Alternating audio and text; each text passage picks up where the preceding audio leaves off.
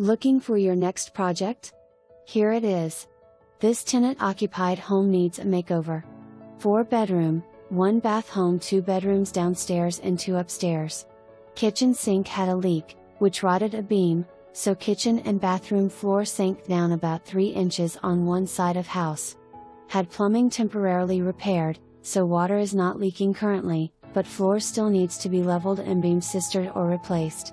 Also needs general updating like new kitchen and bath cabinets, flooring, some windows, carpets, front door, awning, etc. Seller has not been inside any of the bedrooms or been under the house.